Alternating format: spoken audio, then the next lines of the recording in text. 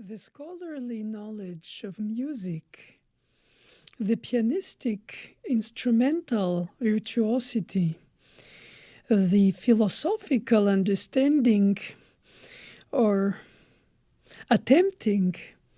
to enter in the thought process of the author through the source materials of a handwriting or an edition, or combined. It's a holistic approach to play the piano where you are the orchestra but without a conductor, or rather being oneself the conductor whenever the conductor conceptualizes and conducts musicians who play. And to gather that culture of knowledge about the time periods, the context of the composition, the state of mind of the artist, the poet, the musician, the painter, the art forms that were mirroring each other, and the time periods in which they were composed or written or imagined through wars and horrors, or heavens of well-being for a brief moment. But in general, there is a sense of struggle, and I think that it is very important to always try to either decide that we separate the oeuvre, the composition, the painting, the poetry, the work from the author, from the creator of it, and their own life. It's obvious that very often when you speak to a writer and they write a fiction novel, they always say, but there are some autobiographical traits in it, because a painter does more or less also paint when it's figurative, or even not always,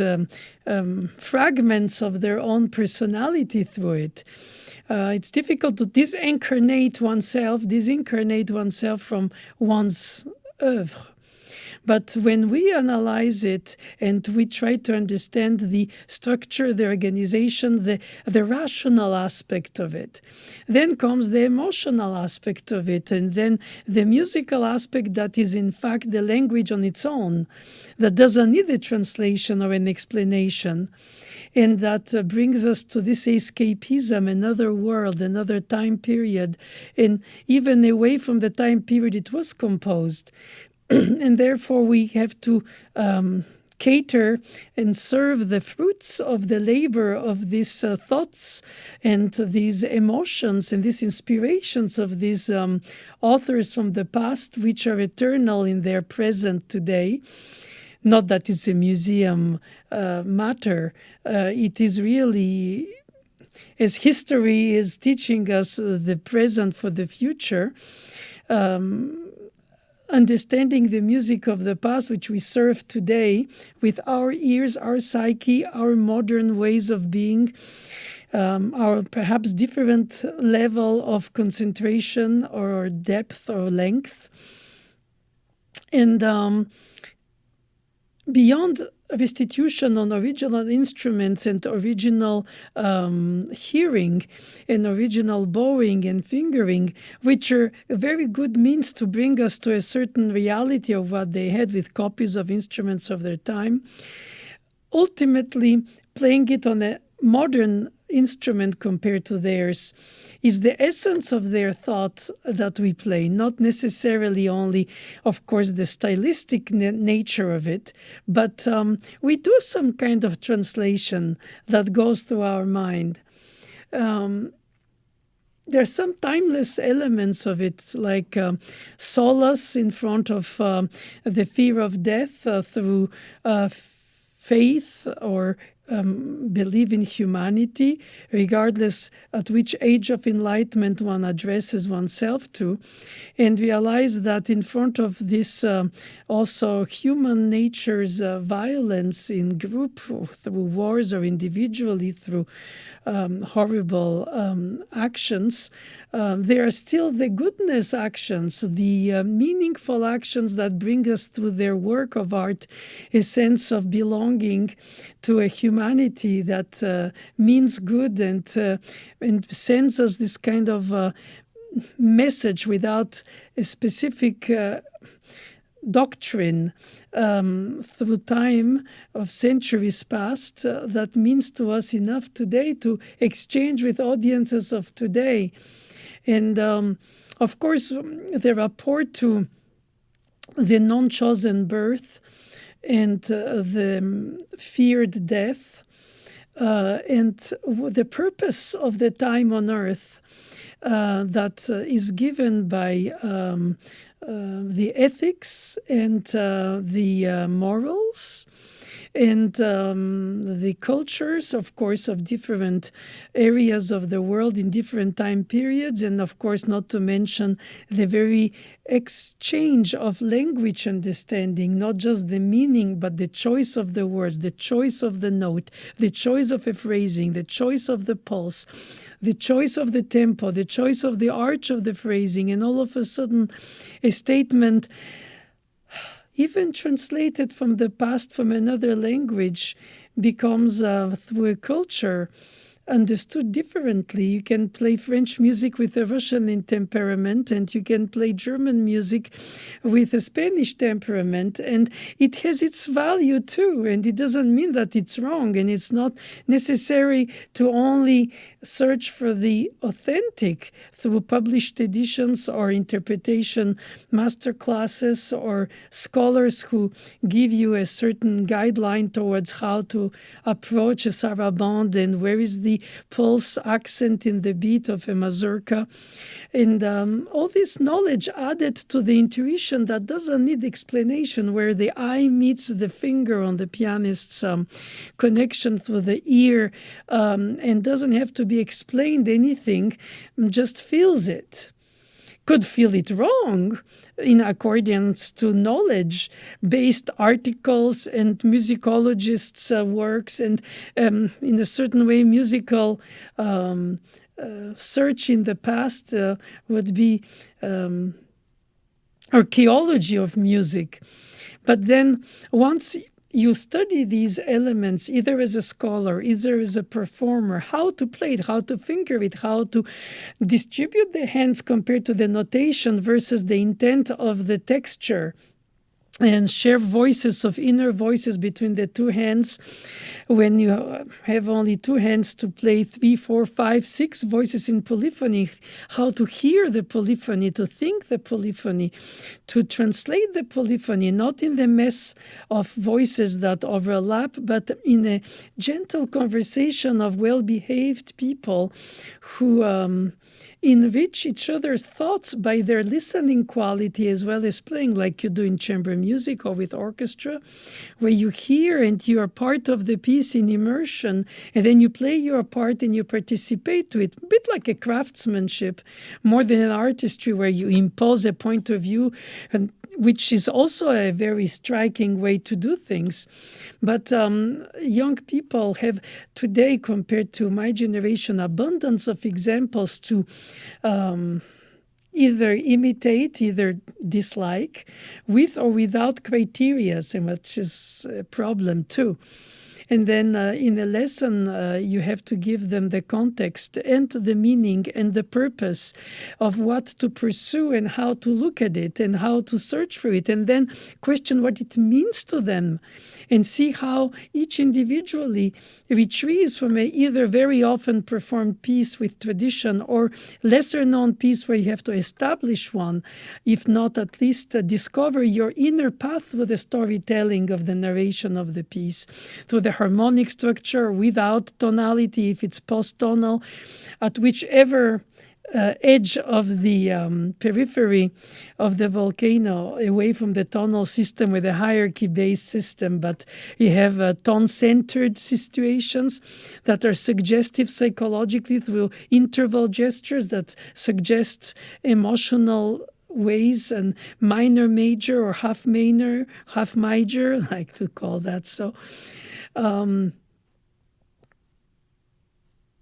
In fact, all these appear to be cooking ingredients, but it's the full meal that you serve when you play or you present a painting or you recite a poem or you read a book, and you connect to the thought process of the writer directly through your own reading. In music, not everybody can read music, therefore they need, in that case, somebody to play it for them. Perhaps with AI in the future, that'll be bypassed too. Teaching and performing, it'll be directly from the producer to the consumer, from brain to brain, hopefully heart to heart, soul to soul. But I still think the angst in front of death and understanding the purpose of the hope of afterlife and the meaning of leaving something after oneself, regardless if it's with a grandiloquence about, oh yeah, I want to be immortal. Of course, it's a certain way, format that leads to an intent of defeating that end of the earth trip experience, with the hope of another one after, or perhaps a return later, if some of those of them who believe in this capacity of the soul to return in another body. Whichever philosophies, religions, faiths structure the belief system, the value system of human thought, of human feeling, of human goodness, of human sharing, of human teaching, of human respect, of human transmission through open-mindedness for the other opinion, other point of view, even if it's the next generation and it's not necessarily asymmetrical as it appears, that we are here in a heart self-expecting progression. If we are carving our expectation to serve the masterpiece that we admire, or we are brought through acquired taste to accept, to admire, because not all music, not all texts, not all paintings reveal themselves, or sculptures, or art forms of different types, from film to any kind of form of storytelling, the opera, ballet, mime, perhaps theater in its pacing of the words, music with its notated rhythms to space the note words, imaginary, possibly imagined, I was going to say, but possibly as imaginary lyrics for given notes, where you feel like you're speaking through the music language itself, vehicling things that can reach or not reach, depending of the culture and the capacity of the receiver to absorb this, because sometimes it's lost in translation, literally, or in complexity, if it is, and the awareness of what we are perceiving from what we are seeing, what we are hearing, from what we are reading, from what we are expecting to what we might rethink the paradigm, rethink the status quo, and say, no, this is the tempo because it brings me to that pulse with this, because I want to bring this structural demonstration. A bit like ephemeral constructions that you do during an interpretation. Even if it's not your work, it becomes yours as you manipulate it, you sculpt it during the performance, and then it sort of evaporates as soon as it's done. And you rethink it, you start it again differently, you teach it, you write it, you record it, you write about it rather than write it. Because you could copy it by hand too, to learn how it's written in details, as if you were the composer minus the invention. But still, all this context of bringing it to life, how to shape a thought, inspiration, an emotion that comes to fruition through few signs on a page or on a canvas or on a paper, on a text, today on a tablet. And these words can, in a certain order, in a certain spacing, in a certain meaning, in a certain way of organizing the syntax bring you to realize if the verb is at the end to make you expect until you're desolate, or perhaps you're reinvigorated in your hope, and how major and minor function on us not only at the basis of sad and hope and happy, but also on jubilant, and how we organize the subtle nuances of the emotions through the choices of the modal usage, or possibly the atonal usage. All these acquired tastes contribute to an awareness that if we think, as I said earlier, that the author is the reflection of their work, then we try to understand more about them to understand their work. But at some point, you can't go beyond understanding as an endeavor. You have to accept not to understand, perhaps just to feel. Just to sense, just to be in it, just to be the piece during the performance, rather than try to either pontificate with making sense of it by being the conductor who conducts it one way with one conception. And there's nothing wrong with having conceptions, as a contrary, because we can rethink them. And eventually, even nobody asked composers, performers like Mozart and Chopin, did they do their interpretation correctly, because it came naturally with their own imagination. Today, that things are separate. We need to find ways to find that our performance is convincing as well as convinced, inspirational because inspired, and not just by emotion or by effect or affects that we see in an appoggiatura, in a suspension, in a dissonance, in a delayed resonance. How a pedaling can smear, or lack of pedaling can bring bare bones, and how we perceive the things that we hear at different levels of our perception capacity, with the awareness or not of the piece compared to the performer, who drives us through the storytelling in a way that we are surprised, marveled, and sometimes bored eventually too, if we think that it's just notes without meaning, but also hard enough to organize structure, to imagine them in the first place for the composer, to display them in the second place for the performer, and then for the listener to accept them in the third place as the result of this time period in which they were composed, and how people fear death or not, and differently from today or differently from other time periods, how the structure prevailed on the essence, how the essence prevailed on the structure, how the philosophy of it all mirrors and perspires through their chosen art form expression. And all this very alive and humbling to serve, and therefore to transmit in the teaching, where you give concepts, but you also keep open-minded to bring the fresher perspective, not be rejected because of experience, but become another layer of the muse, in the case of music, that we serve. And with imagination for orchestration, or for paintings, or for taste if it was cooking, or for imagination of sculptures or architecture and structures,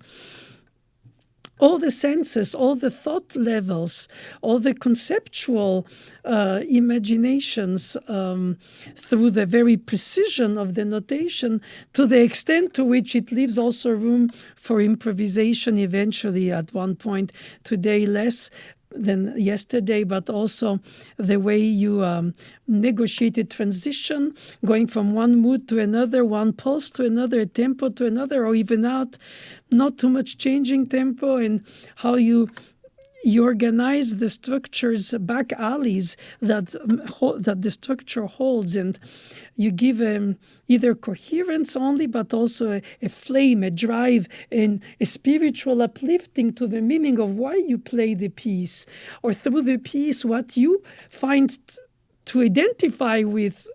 yourself. Whoever you are essential, because you're the one present to translate, transport, transform the signs into sounds. And I find that academic knowledge combined with intense, intuitive polishing of one's gifts towards a response to a given art form more than another, within which a style more than another, within which a niche of a specific genre, within which we can explore. Then it's a rabbit hole in which you it's keep on giving and keep on going deeper, because even if you rediscover the piece later, having played it earlier, you rediscover it differently, even if it's at different levels, but fresh perspectives. And teaching an old famous piece to young new people who find it for the last few weeks or months in their life, when you have lived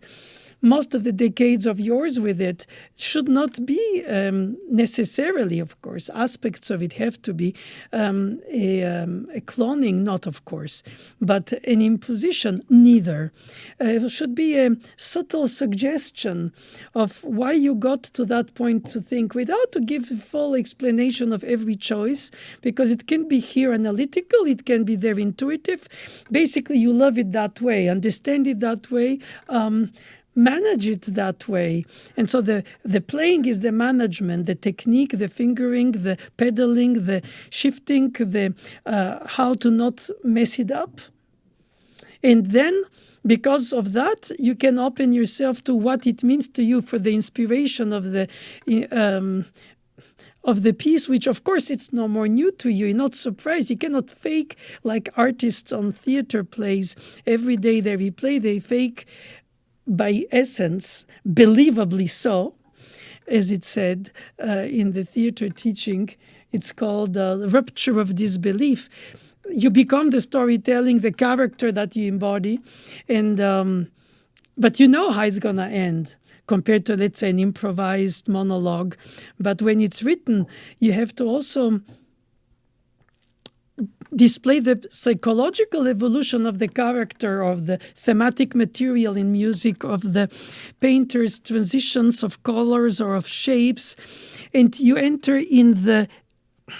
immersion with the work of art through the performer in music.